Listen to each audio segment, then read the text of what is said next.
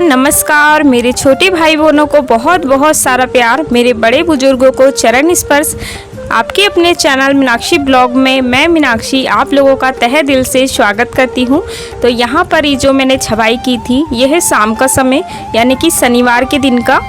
तो ये छवाई की वाला बहुत अच्छे से सूख चुका है दिन भर में, क्योंकि धूप भी बहुत तेज़ है और ये बाहर का ही है, इसीलिए तो बहुत जल्दी ये सूख गया। तो मैंने सोचा इसकी थोड़ी सी लिपाई अभी कर देती हूँ ताकि ये कल तक और ज़्यादा अच्छा हो जाएगा।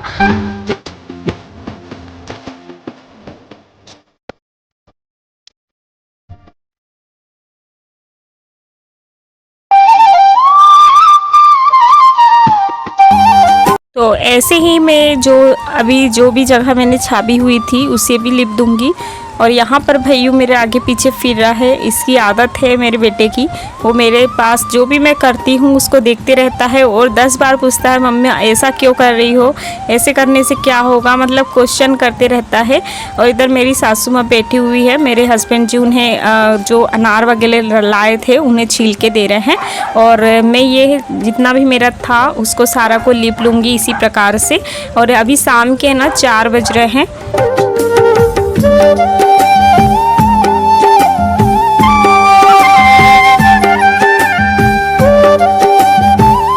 इसको है ना लिप दिया था, बस थोड़ा सा ही समय लगा था। और यहाँ पर मैं बना रही हूँ चाय।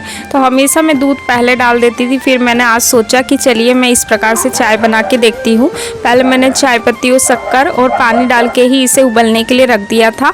और यकीन मानिए ये चाय है ना बहुत ही स्वादिष्ट बनी थी, यानी कि इसका जो टेस्ट था वो थोड़ा सा डिफरेंट था। जैसे कि हम पहले दूध डाल देते हैं तो उससे थोड़ा सा अलग था ये इसका टेस्ट। आप लोग भी ज़रूर बना के देखिएगा। मैं हमेशा दूध पहले ही डाल देती थी।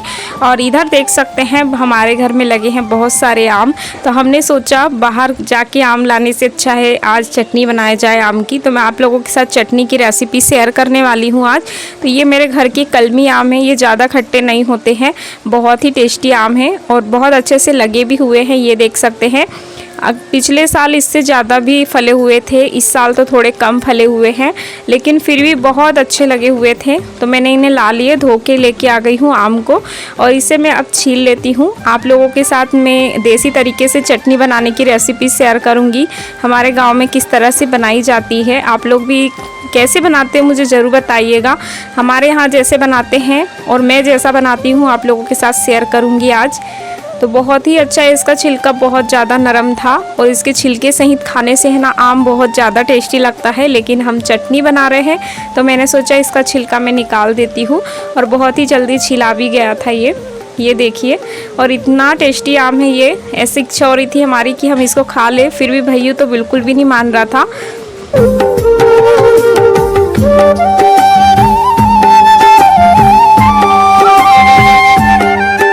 आम को छीलने के बाद मैं इसे छोटे छोटे टुकड़े में कट कर रही हूँ। तब तक प्लीज़ आप लोग एक काम कीजिए, अगर आप लोगों ने वीडियो को लाइक नहीं किया है तो प्लीज़ लाइक कर दीजिए, क्योंकि हम लोग वीडियो के लिए इतनी मेहनत करते हैं तो आप एक लाइक तो ज़रूर कर सकते हैं। तो यहाँ पर मैंने आम को कट कर लिया है। ये देखिए मैंने इतना सामान लिया हुआ है, आम है, प्याज है, जीरा, लहसुन और कुछ लाल मिर्ची है। तो चलिए इसे हम मिक्सी में पीसेंगे। आप चाहे तो इसे सिलबट्टे में भी पीस सकते हैं, लेकिन मुझे है ना बहुत ज़्यादा समय हो गया था, क्योंकि मैंने है ना आम तोड़ने के बाद पहले गोबर कचरा करके आई हूँ और फिर सारे जगह की झाड़ू लगाई थी। और मम्मी की तबीयत ख़राब है तो बहुत सारे जन उन्हें देखने के लिए आ गए थे। तो फिर चाय पानी बनाने लगी तो मेरे पास टाइम है ना बहुत ही कम बच गया था। और आपको तो पता है मेरे घर में बहुत जल्दी खाना बनाया जाता है और खाया भी जाता है। तो फिर यहाँ पर है ना जब पीस ली थी मैंने चटनी, उसके बाद इसे है ना मैं थोड़ा सा फ्राई करूँगी। ऐसे फ्राई करने से चटनी बहुत ज़्यादा टेस्टी लगती है। आप चाहे तो इसमें है ना कच्चा तेल भी ऊपर से डाल सकते हैं, लेकिन मैं है ना ऐसे ही बनाती हूँ, हमेशा बहुत टेस्टी बनती है। तो इसको मैंने बस सादे तरीके से ऐसे ही फ्राई कर दी थी। अब इसे मैं डाल देती हूँ चटनी को। और इसमें हमने मिर्ची भी डाली है लाल वाली, लहसुन भी डाला है, जीरा भी डाला है। तो मैंने सिर्फ राई और थोड़े से जीरे से तड़का लगाया है इसमें बस। तो ये इतनी ज़्यादा स्वादिष्ट बनी थी। इतनी चटनी हम सबके लिए बहुत होती है, क्योंकि चटनी को चटनी के समान ही खाया जाता है, सब्जी के जैसे नहीं। तो सबका जब सब है ना एक दूसरे से, हमारे घर में पता नहीं क्या हो गया अभी इस समय, कोई बीमार है कोई कुछ है, तो चटनी सबके लिए बहुत अच्छी थी, क्योंकि मुंह का टेस्ट बिगड़ जाता है अगर बुखार वगैरह आ जाती है। तो ये है मॉर्निंग का समय, यानी कि रविवार के दिन का। तो यहाँ पर है ना मैंने सब्जी कट कर ली थी। ये आज बन रही है हमारे यहाँ बरबटी की सब्ज़ी, जो हमने बरबटी तोड़ी थी, हमने ब्लॉग में शेयर भी किया है। तो उसी की मैं सब्ज़ी बनाऊंगी और मैंने सारी तैयारी कर ली थी। मैं झाड़ू लगा के आ गई हूँ, गोबर कचरा सारा चीज़ हो चुका है मेरा, और पोछा वगैरह भी लग चुका है। और बच्चे वगैरह अभी सो के उठ गए हैं, वो भी अपने अपने काम कर रहे हैं। कोई दूध पी रहा है, कोई चाय पी रहा है। तो मैं भी अब बनाने लगी हूँ खाना। मेरी खट्टी वाली खीर बन चुकी है, और खट्टी वाली खीर है ना ऐसे ही चलते फिरते बन जाती है। बस चावल डालना होता है और उसमें मट्ठे में थोड़ा सा आटा मिला के हम डाल देते, और चलते फिरते काम करते करते उसे है ना 1-2 बार चम्मच चला देते हैं तो बन जाती है। तो मैंने ये सारे काम किए जब तक मेरी खट्टी वाली खीर बन गई थी। फिर सब्जी की मैंने तैयारी कर ली, और यहाँ पर मैंने सब्जी को कर दी है फ्राई। आप लोगों को इसकी सब्ज़ी कैसी लगती है दोस्तों ज़रूर बताइएगा। मेरे घर में बहुत ज़्यादा पसंद की जाती है ये वाली सब्ज़ी।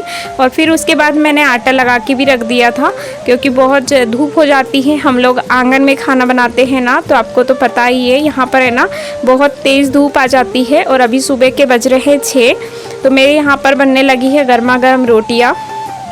मैं जल्दी रोटी इसलिए बना लेती हूँ क्योंकि यहाँ पर है ना धूप इतनी तेज़ हो जाती है, उसके बाद है ना बहुत ज़्यादा पसीना भी आता है और धूप भी बहुत तेज़ लगती है। तो खाना मेरा बन चुका है, सब्जी भी बन के हो गई है रेडी। और यहाँ पर बहुत सारे बर्तन हो गए थे। खाना बनने के बाद बर्तन तो बहुत सारे हो जाते हैं, तो मैंने सोचा चलिए मैं बर्तन भी साफ़ कर लेती हूँ। और अभी दूध जमाने का बचा हुआ है, तो अभी दूध भी बहुत सारा रखा हुआ है फ्रिज में। तो मैं उसके बाद दूध जमा के आ गई हूँ, बर्तन साफ़ किए मैंने, फिर दूध जमा के आई थी। हमेशा आप लोगों के साथ शेयर करती हूँ, इसलिए आज मैंने वीडियो शूट नहीं किया है। उसके बाद जो मैंने जहाँ पर मैंने शाम को लिपाई की थी और छबाई भी की थी, यही रूम को मैं आज लिपूंगी। और मैंने गोबर और मिट्टी डाल के ला लिया है। गोबर मिट्टी से लिपने से है ना घर बहुत ही ज़्यादा अच्छा दिखता है। इससे है ना जैसे ऐसे लगता है जैसे हमने अभी अभी ही छबाई की है, बहुत अच्छा हो जाता है हमारा घर। तो मैं इसी प्रकार से छबाई करूँगी, और उसमें नेचुरल वॉइस रखना चाहती थी मैं, लेकिन है ना आजू बाजू की आवाज़ें इतनी ज़्यादा थी, हम किसी को नहीं बोल सकते कि आप लोग शांत रहिए, क्योंकि बहुत ज़्यादा आवाज़ करते हैं। और आपको तो पता है हमारे घर में 2 फैमिली रहती है, और वो फैमिली का मैं जिक्र नहीं करूँगी क्योंकि वो लोग हमसे नहीं बोलते हैं। तो वो लोग भी है ना बहुत ज़्यादा आवाज़ करते हैं, इसीलिए मैं है ना नेचुरल वॉइस नहीं रख पाई इसमें, क्योंकि लिपते समय जो नेचुरल वॉइस होती है बहुत ही प्यारी लगती है। तो यहाँ पर है ना मैं कुछ इस प्रकार से डिज़ाइन टाइप की बना रही थी। इसमें मेरी वैसू सूट कर रही है और बोल रही थी मम्मा ऐसे ही बनाओ, बहुत सुंदर लग रही है। तो आप देख सकते हैं मैंने इस प्रकार से इसमें डिज़ाइन डाली थी। और ये रूम हमारा बहुत ज़्यादा बड़ा है, इसमें आधे घंटे से ऊपर लग जाते हैं लिपाई करने में। और आप लोगों को लिपाई पुताई की वीडियो कैसी लगती है दोस्तों, प्लीज़ कमेंट करके ज़रूर बताइएगा। तो चलिए इसको हम अच्छे से लीप लेते हैं। और मेरी कल के वीडियो पे बहुत ही प्यारे प्यारे कमेंट किए आप लोगों ने। आप लोगों के कमेंट से है ना दिल को बहुत सुकून मिलता है। आप लोगों का दिल से धन्यवाद करती हूँ कि आप लोग मुझे इतने प्यारे कमेंट करते हो, मेरी वीडियोस को देखते हो, अपना कीमती समय निकाल कर इतना सपोर्ट करते हो मुझे। माता रानी करे आप लोग हमेशा खुश रहिए, आप लोग यूँ ही तरक्की करते रहिए, ज़िंदगी में आगे बढ़ते रहिए, यही मेरी माता रानी से प्रार्थना है।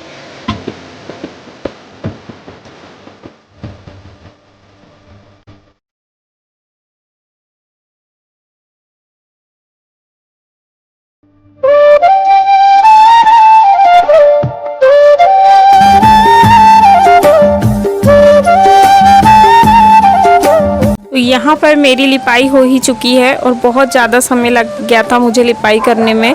बहुत सारे काम मेरे पीछे होते हैं, तो कभी कभी है ना बहुत ज़्यादा थक जाती हूँ मैं। और इधर साइड है ना एक लेवर लगाया हुआ है दवाई की सिंचाई करने के लिए, क्योंकि इसमें है ना हल्की हल्की सी इल्लियाँ लगने लगी थी। हमने जब करीब से इसे देखा तो मेरे हस्बैंड जी है ना दवाई छिंचवा रहे हैं, और मेरे हस्बैंड जी की भी तबीयत थोड़ी ठीक नहीं है, उनको फीवर हो गया है, तो इसीलिए उन्होंने लेवर लगाया है, वरना वो खुद ही कर लेते हैं हमेशा ये काम। और मूंग हमारी बहुत ही अच्छी लग रही थी, आप देख सकते हैं हर जगह हरा भरा सा लग रहा है खेतों में, तो इतना प्यारा माहौल लगता है इस समय का। लेकिन हमने जब मूंग को पास से देखा तो इसमें है ना इल्लियाँ लगने लगी, इससे इसकी वजह से फलियाँ अच्छे से नहीं पड़ पाएगी। तो इन्होंने फिर इल्ली वाली दवाई ला ली थी और फिर यहाँ पर छिड़काव कर रहे हैं। तो ये जो लेबर है वो हमारे गांव का ही है, वो पास में ही रहता है, तो उसी को बुला के ला लिया था क्योंकि ये जनरेटर वाला पंप है, इसमें बहुत ज़्यादा वज़न होता है। और यहाँ पर फिर उसके बाद मैं आ गई हूँ झाड़ू लगाने के लिए। जो लिपाई की थी उसकी मैं झाड़ू लगा दूँगी, क्योंकि कहा जाता है कि लिपाई करने के बाद हमें जल्दी से झाड़ू लगा देना चाहिए। मेरी मम्मा हमेशा कहती थी, मेरी माँ, कि जल्दी से ही हमें झाड़ू लगाना चाहिए, क्योंकि जो विष्णु भगवान जी होते हैं वो एक पैर पे खड़े होते हैं। हमें ऐसा पहले बोला करती थी मम्मी, तो मैं तब से याद रखती हूँ, हमेशा जल्दी लिपने के बाद है ना झाड़ू लगा देती हूँ, ताकि कोई ज़्यादा चले ना इसमें। और इसमें जो गोबर का ऊपर का हिस्सा होता है ना, वो अच्छे से निकल जाता है। उसके बाद जो लिपाई है वो और भी ज़्यादा सुंदर लगती है। तो यहाँ पर मैं झाड़ू लगा देती हूँ। आप देख सकते हैं कितना ज़्यादा गोबर उभर के निकल गया है, क्योंकि ये है ना एक्स्ट्रा गोबर होता है जो हमारे हाथों से रह जाता है। तो उसके बाद है ना बहुत ही अच्छा लगता है जब चिकना सा हो जाता है।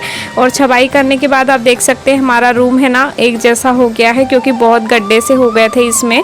और उसके बाद आ गई हूँ चिकनी मिट्टी सफ़ेद वाली लेके। आपको दूर से ऐसा लग रहा होगा कि मेरी मिट्टी तो अच्छी ही दिख रही है, लेकिन पास से है ना बिल्कुल भी अच्छी नहीं लग रही थी। इसको मैं ऊपर से इसलिए लगा रही हूँ क्योंकि इसका कलर है ना बहुत उभर के आता है, बहुत सी वाइट सी दिखती है फिर, और उसके बाद बहुत सुंदर लगता है। आप लोग भी ज़रूर ऐसे लगा के देखिएगा। और उम्मीद करती हूँ आप लोगों को आज का ब्लॉग मेरा पसंद आया होगा। दोस्तों पसंद आया है तो प्लीज़ लाइक ज़रूर कीजिएगा। मेरे चैनल पे नए हैं तो चैनल को सब्सक्राइब ज़रूर कीजिएगा, और मेरी मेहनत के लिए एक प्यारा सा कमेंट ज़रूर कीजिएगा। आप लोगों से यही उम्मीद करती हूँ मैं। तो अब अलविदा कहने का समय आ गया है दोस्तों। मिलती हूँ अगले ब्लॉग में कुछ नया लेकर। तब तक के लिए आप खुश रहिए, आपकी फूलों की बगिया हमेशा महकती रहे, आप लोग तरक्की करते रहिए, यही मेरी माता रानी से प्रार्थना है।